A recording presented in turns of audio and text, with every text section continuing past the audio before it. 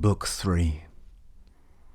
Hail, holy light, offspring of heaven's firstborn, or of the eternal, co-eternal beam, may I express thee unblamed.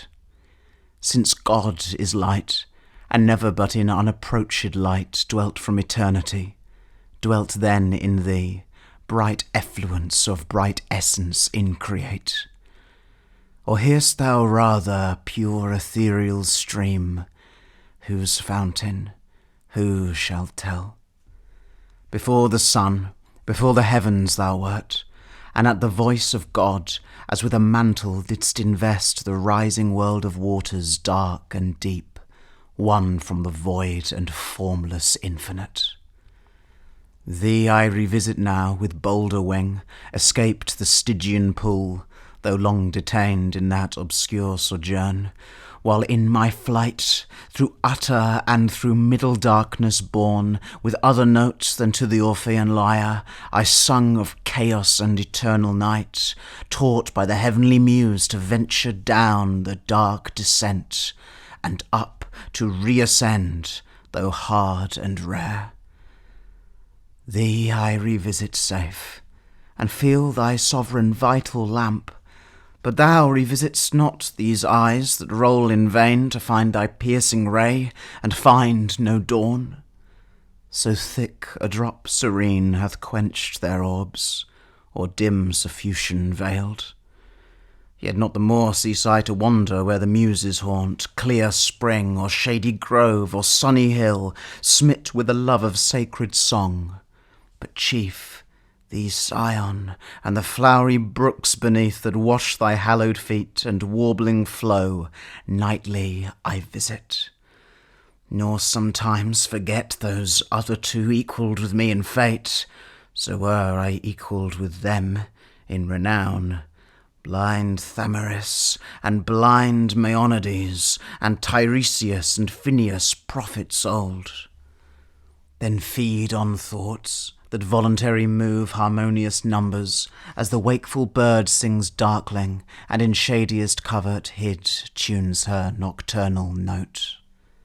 Thus with the year seasons return, but not to me returns day, or the sweet approach of even or morn, or sight of vernal bloom, or summer's rose, or flocks, or herds, or human face divine, but clouds instead, and ever-during dark surrounds me, from the cheerful ways of men cut off, and from the book of knowledge fair presented with a universal blank of nature's works, to me expunged and raised, and wisdom at one entrance quite shut out.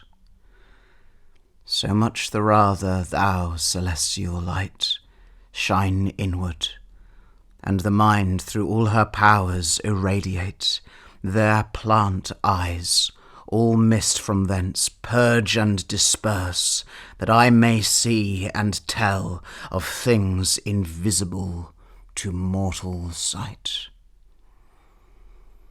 Now had the Almighty Father from above, from the pure empyrean where he sits high-throned above all height, bent down his eye, his own works and their works at once to view. About him all the sanctities of heaven stood thick as stars, and from his sight received beatitude past utterance. On his right the radiant image of his glory sat, his only Son. On earth he first beheld our two first parents, yet the only two of mankind, in the happy garden placed, reaping immortal fruits of joy and love, uninterrupted joy, unrivalled love, in blissful solitude. He then surveyed hell and the gulf between, and Satan there, coasting the wall of heaven on this side night, in the dun air sublime, and ready now to stoop with wearied wings and willing feet on the bare outside of this world that seemed firm land embosomed without firmament, uncertain which in ocean or in air. Him God beholding from his prospect high, wherein past, present, future he beholds, thus to his only Son foreseeing spake. only begotten Son. Seest thou what rage transports our adversary, whom no bounds prescribed, no bars of hell, nor all the chains heaped on him there, nor yet the main abyss wide interrupt can hold? So bent he seems on desperate revenge, that shall redound upon his own rebellious head. And now, through all restraint broke loose, he wings his way, not far off heaven, in the precincts of light, directly towards the new created world, and man there placed, with purpose to essay if him by force he can destroy, or worse, by some false guile pervert, and shall pervert. For man will hearken to his glozing lies, and easily transgress the sole command, sole pledge of his obedience. So will fall he and his faithless progeny.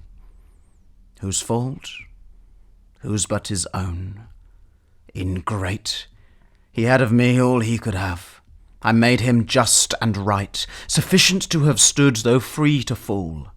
Such I created all the ethereal powers and spirits, both them who stood and them who failed. Freely they stood who stood, and fell who fell. Not free, what proof could they have given sincere of true allegiance, constant faith, or love, where only what they needs must do appeared, not what they would? What praise could they receive? What pleasure, I, from such obedience paid, when will and reason also is choice, useless and vain, of freedom both despoiled, made passive both, had served necessity, not me. They therefore as to right belonged, so were created, nor can justly accuse their maker, or their making, or their fate, as if predestination overruled their will, disposed by absolute decree of high foreknowledge. They themselves decreed their own revolt, not I. If I foreknew, foreknowledge had no influence on their fault, which had no less proved certain unforeknown. So without least impulse or shadow of fate, or aught by me immutably foreseen, they trespass, authors to themselves in all, both what they judge and what they choose. For so I formed them free, and free they must remain, till they enthrall themselves. I else must change their nature, and revoke the high decree unchangeable, eternal, which ordained their freedom. They themselves ordained their fall. The first sort, by their own suggestion fell, self-tempted, self-depraved. Man falls deceived by the other first. Man therefore shall find grace, the other none. In mercy and justice both, through heaven and earth, so shall my glory excel. But mercy first and last shall brightest shine. Thus while God spake, ambrosial fragrance filled all heaven, and in the blessed spirits elect sense of new joy ineffable diffused. Beyond compare the Son of God was seen, most glorious. In him all his Father shone, substantially expressed, and in his face divine compassion visibly appeared, love without end, and without measure grace, which uttering thus he to his Father spake. O Father, gracious was that word which closed thy sovereign sentence, that man should find grace, for which both heaven and earth shall high extol thy praises, with the innumerable sound of hymns and sacred songs, wherewith thy throne encompassed shall resound the ever-blessed. For should man finally be lost, should man, thy creature late so loved, thy youngest son, full circumvented thus by fraud, though joined with his own folly, that be from thee far, that far be from thee, Father, who art judge of all things made, and judgest only right. Or shall the adversary thus obtain his end, and frustrate thine? Shall he fulfil his malice, and thy goodness bring to naught? Or proud return, though to his heavier doom, yet with revenge accomplished, and to hell draw after him the whole race of mankind by him corrupted? Or wilt thou thyself abolish thy creation, and unmake for him what for thy glory thou hast made? So should thy goodness and thy greatness both be questioned, and blasphemed without defence. To whom the great Creator thus replied, O Son, in whom my soul hath chief delight, Son of my bosom, Son who art alone my word, my wisdom, and effectual might, all hast thou spoken as my thoughts are all, as my eternal purpose hath decreed. Man shall not quite be lost, but saved who will, yet not of will in him, but grace in me freely vouchsafed. Once more I will renew his lapsed powers, though forfeit and enthralled by sin to foul exorbitant desires. Upheld by me, yet once more he shall stand on even ground against his mortal foe. By me upheld, that he may know how frail his fallen condition is, and to me owe all his deliverance, and to none but me. Some I have chosen of peculiar grace, elect above the rest. So is my will. The rest shall hear me call, and oft be warned their sinful state, and to appease betimes the incensed deity, while offered grace invites. For I will clear their senses dark, what may suffice, and soften stony hearts to pray, repent, and bring obedience due. To prayer, repentance, and obedience due, though but endeavoured with sincere intent, mine ear shall not be slow, mine eye not shut, and I will place within them as a guide my umpire conscience, whom, if they will hear, light after light well used they shall attain, and to the end persisting, safe arrive. This my long sufferance and my day of grace they who neglect and scorn shall never taste, but hard be hardened, blind be blinded more, that they may stumble on and deeper fall, and none but such from mercy I exclude. But yet all is not done. Man disobeying, disloyal, breaks his fealty, and sins against the high supremacy of heaven, affecting Godhead, and so losing all, to expiate his treason, hath naught left but to destruction, sacred and devout. He with his whole posterity must die. Die he, or justice must. Unless for him some other able and as willing pay the rigid satisfaction, death for death. Say, heavenly powers, where shall we find such love? Which of ye will be mortal to redeem man's mortal crime, and just the unjust to save? Dwells in all heaven charity so dear? He asked, but all the heavenly choir stood mute, and silence was in heaven. On man's behalf, patron or intercessor, none appeared, much less that durst upon his own head draw the deadly forfeiture and ransom set. And now without redemption all mankind must have been lost, adjudged to death and hell by doom severe. Had not the Son of God, in whom the fullness dwells of love divine, his dearest mediation, thus renewed? Father, thy word is past. Man shall find grace. And shall grace not find means that finds her way the speediest of thy winged messengers to visit all thy creatures, and to all comes unprevented, unimplored, unsought? Happy for man so coming.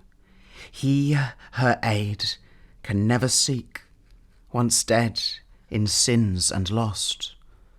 Atonement for himself, or offering meet, indebted and undone, hath none to bring. Behold me then, Me for him, life for life, I offer. On me let thine anger fall, account me man. I for his sake will leave thy bosom, and this glory next to thee freely put off, and for him lastly die well pleased. On me let death wreak all his rage. Under his gloomy power I shall not long lie vanquished. Thou hast given me to possess life in myself forever. By thee I live, though now to death I yield, and am his due, all that of me can die. Yet that debt paid, thou wilt not leave me in the loathsome grave his prey, nor suffer my unspotted soul forever with corruption there to dwell. But I shall rise victorious, and subdue my vanquisher, spoiled of his vaunted spoil. Death his death's wound shall then receive, and stoop inglorious of his mortal sting disarmed. I through the ample air, in triumph high, shall lead hell captive maugre hell, and show the powers of darkness bound. Thou at the sight, pleased out of heaven, shalt look down and smile, while by thee raised I ruin all my foes. Death last, and with his carcass glut the grave. Then with the multitude of my redeemed shall enter heaven long absent, and return, Father, to see thy face, wherein no cloud of anger shall remain, but peace assured and reconcilement. Wrath shall be no more thenceforth, but in thy presence joy entire. His words here ended, but his meek aspect silent yet spake, and breathed immortal love to mortal men, above which only shone filial obedience. As a sacrifice glad to be offered, he attends the will of his great Father. Admiration seized all heaven. What this might mean, and whither tend wondering.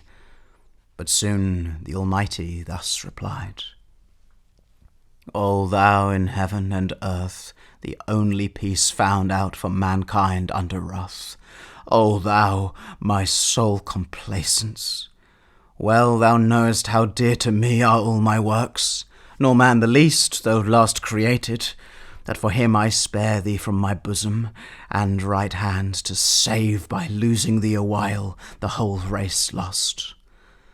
Thou therefore, whom thou only canst redeem, their nature also to thy nature join, and be thyself man among men on earth, made flesh, when time shall be, of virgin seed, by wondrous birth.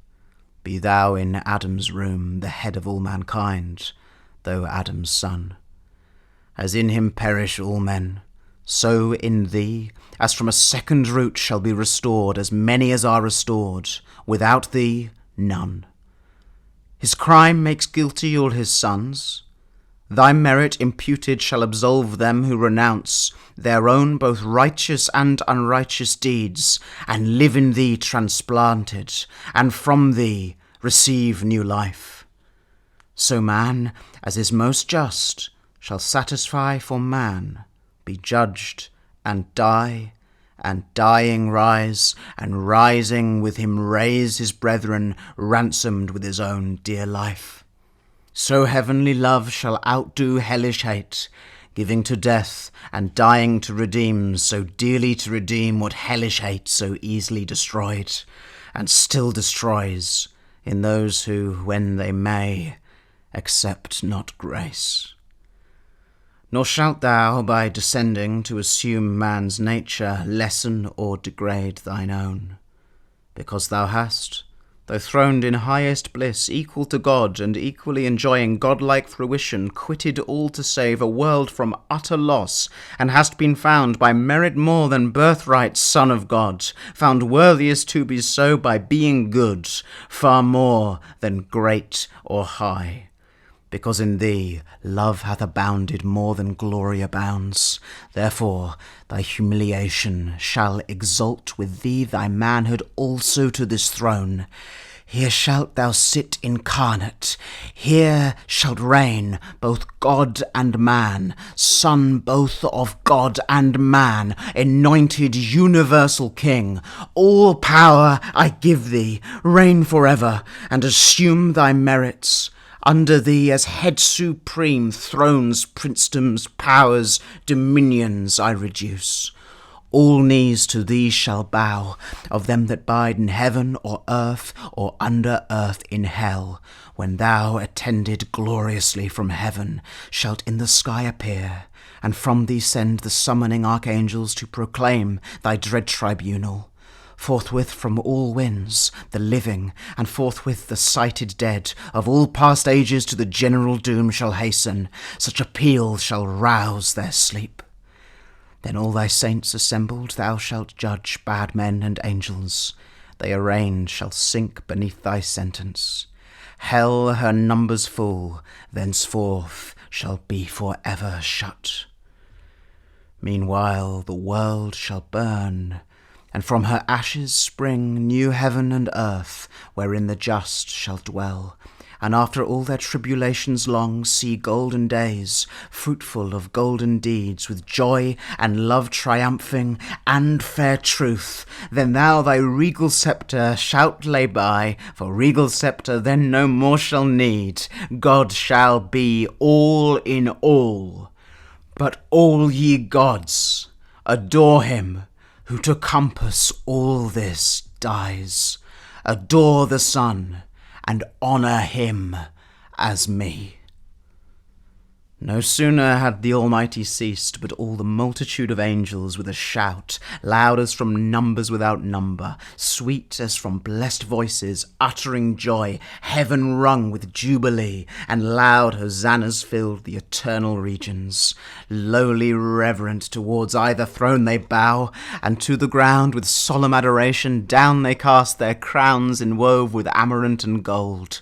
Immortal amaranth, a flower which once in paradise fast by the tree of life began to bloom, but soon for man's offence to heaven removed, where first it grew, there grows, and flowers aloft shading the fount of life, and where the river of bliss through midst of heaven rolls o'er Elysian flowers her amber stream.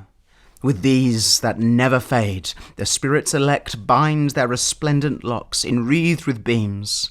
Now in loose garlands thick thrown off, the bright pavement, that like a sea of jasper shone, empurpled with celestial roses, smiled.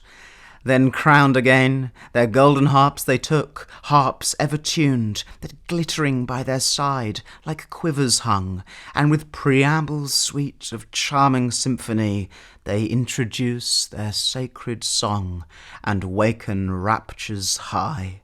No voice exempt, no voice but well could join melodious part, such concord is in heaven.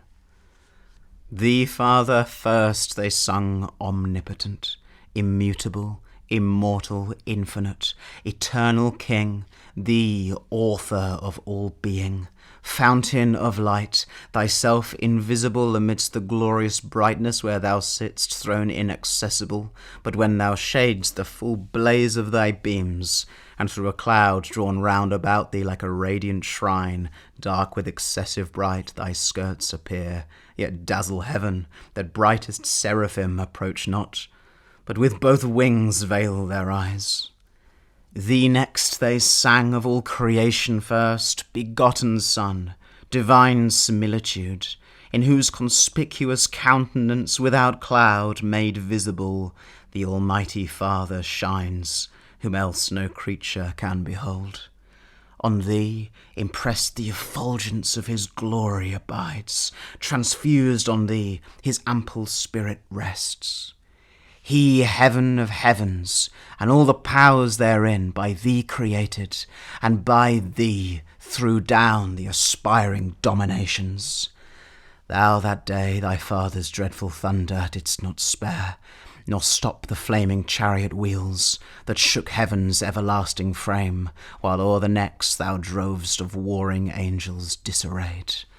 Back from pursuit thy powers with louder claim, thee only extolled, son of thy father's might, to execute fierce vengeance on his foes.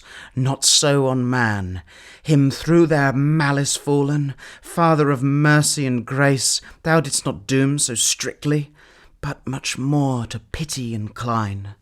No sooner did thy dear and only Son perceive thee, purpose not to doom frail man so strictly, but much more to pity inclined.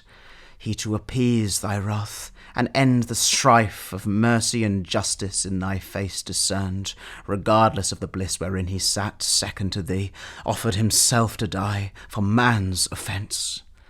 O unexampled love, love nowhere to be found less than divine.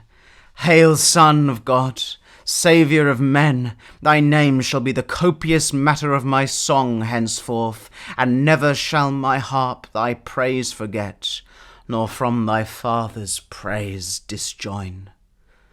Thus they in heaven above the starry sphere their happy hours in joy and hymning spent. Meanwhile, upon the firm, opacious globe of this round world, whose first convex divides the luminous inferior orbs, enclosed from chaos and the inroad of darkness old, Satan alighted walks. A globe far off it seemed, now seems a boundless continent, dark, waste, and wild under the frown of night, starless, exposed, and ever-threatening storms of chaos blustering round inclement sky. Save on that side which from the wall of heaven, though distant far, some small reflection gains of glimmering air, less vexed with tempest loud.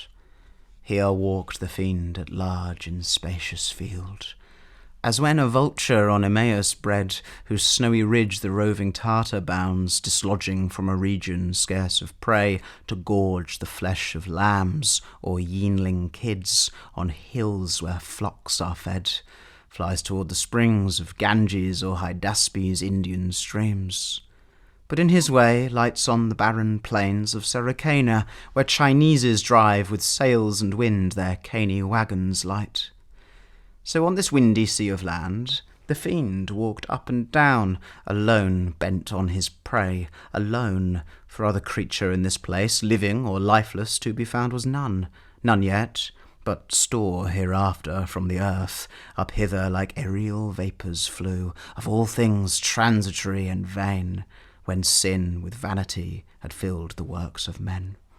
Both all things vain, and all who in vain things built their fond hopes of glory or lasting fame, or happiness in this or the other life, all who have their reward on earth, the fruits of painful superstition and blind zeal, not seeking but the praise of men, here find fit retribution, empty as their deeds. All the unaccomplished works of nature's hand, abortive, monstrous, or unkindly mixed, dissolved on earth, fleet hither, and in vain, till final dissolution, wander here. Not in the neighbouring moon, as some have dreamed.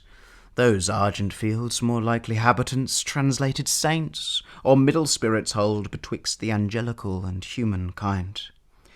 Hither of ill-joined sons and daughters born, first from the ancient world those giants came, with many a vain exploit, though then renowned.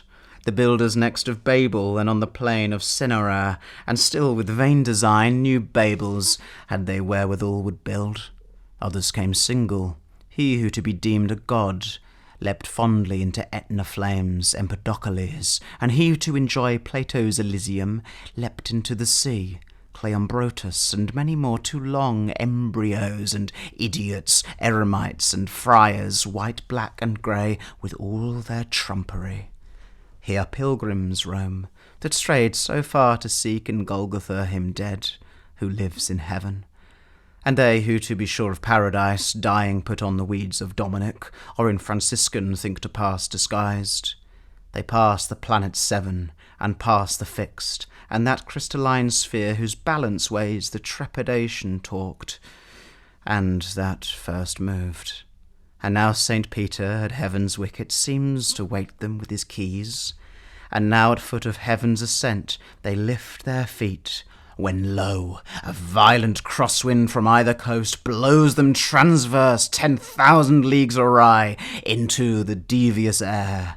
Then might ye see cowls, hoods, and habits with their wearers tossed and fluttered into rags, then relics, beads, indulgences, dispenses, pardons, bulls, the sport of winds. All these upwhirled aloft fly o'er the backside of the world far off into a limbo large and broad, since called the paradise of fools, to few unknown long after, now unpeopled and untrod.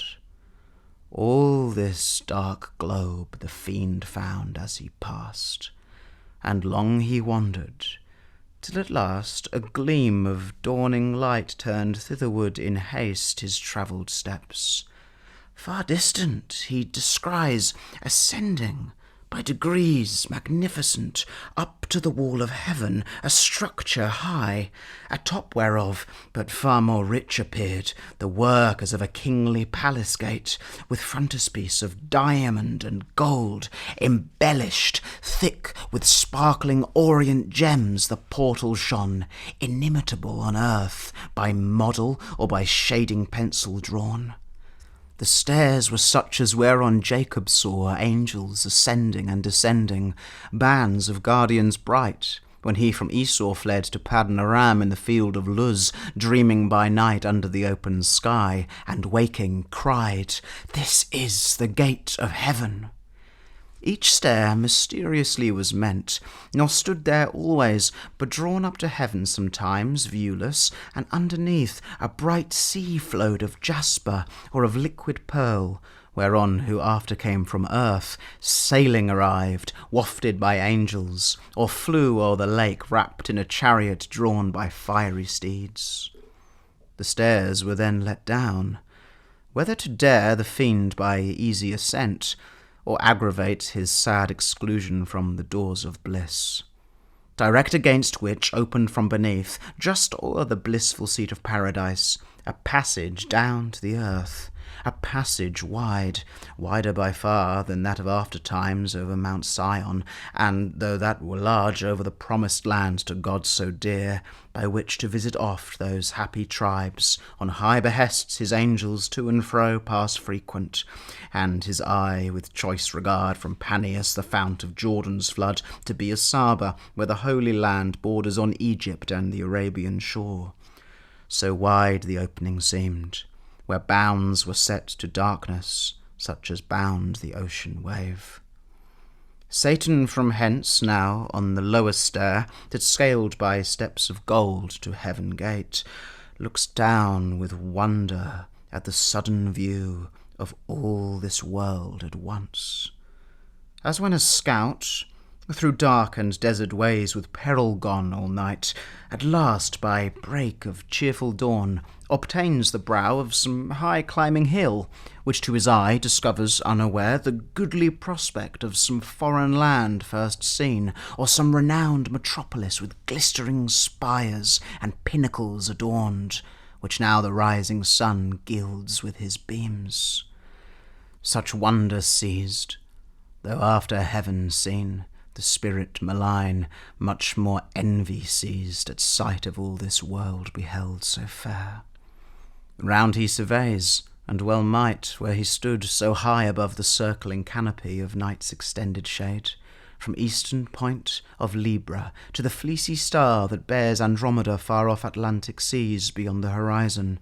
Then from pole to pole he views in breadth, and without longer pause, down right into the world's first region throws his flight precipitant, and winds with ease through the pure marble air his oblique way amongst innumerable stars that shone stars distant, but nigh hand seemed other worlds, or other worlds they seemed, or happy isles, like those Hesperian gardens famed of old, fortunate fields, and groves and flowery dales, thrice happy isles, but who dwelt happy there he stayed not to inquire.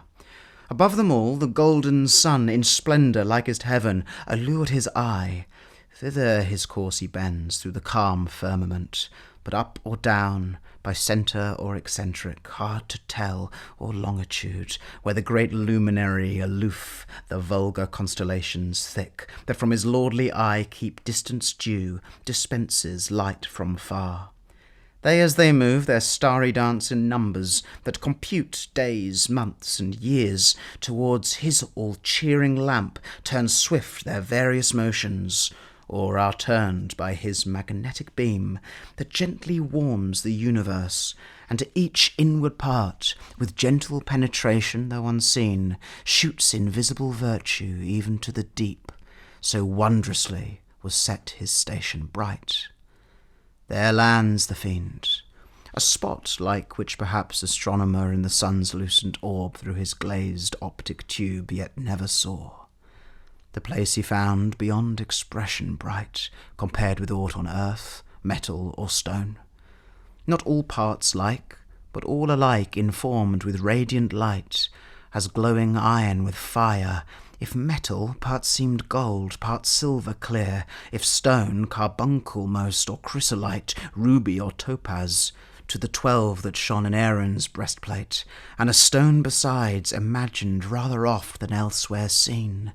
That stone, or like to that which here below philosophers in vain so long have sought, in vain, though by their powerful art they bind volatile Hermes, and call up unbound in various shapes old Proteus from the sea, drained through a limbeck to his native form.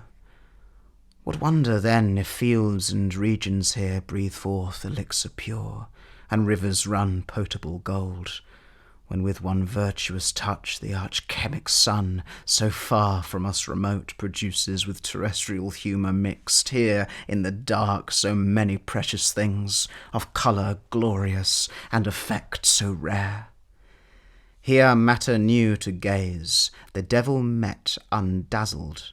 Far and wide his eye commands, for sight no obstacle found here, nor shade, but all sunshine, as when his beams at noon culminate from the equator, as they now shot upward still direct, whence no way round shadow from body opaque can fall, and the air, nowhere so clear, sharpened his visual ray to objects distant far, whereby he soon saw within ken a glorious angel stand, the same whom John saw also in the sun.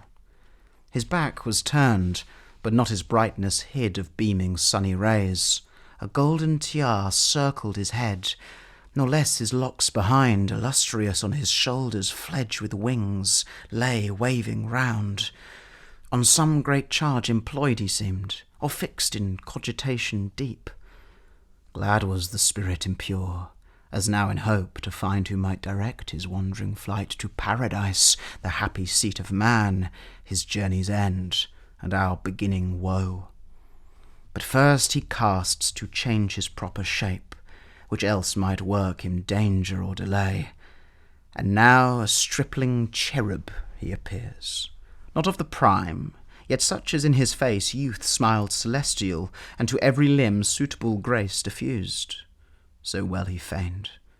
Under a coronet his flowing hair in curls on either cheek played, wings he wore of many a coloured plumes sprinkled with gold, his habit fit for speed succinct, and held before his decent steps a silver wand.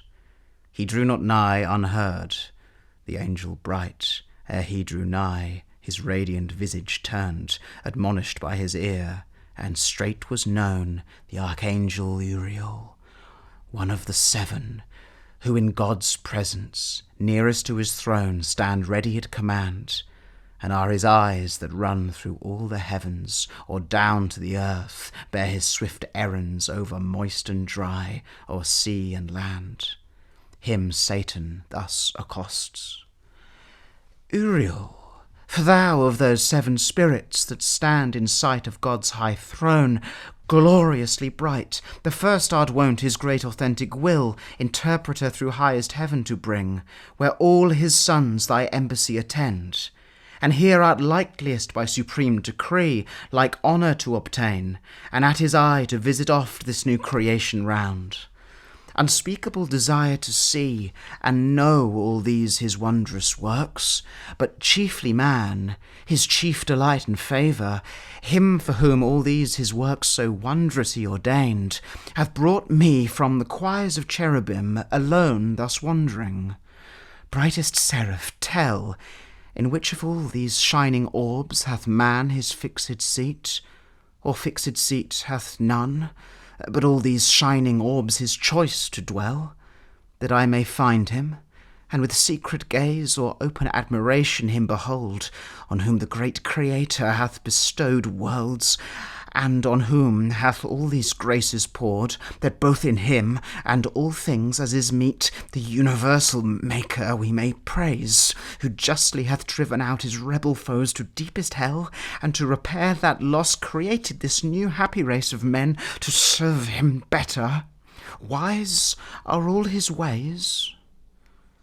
So spake the false dissembler unperceived, for neither man nor angel can discern hypocrisy, the only evil that walks invisible, except to God alone, by his permissive will, through heaven and earth.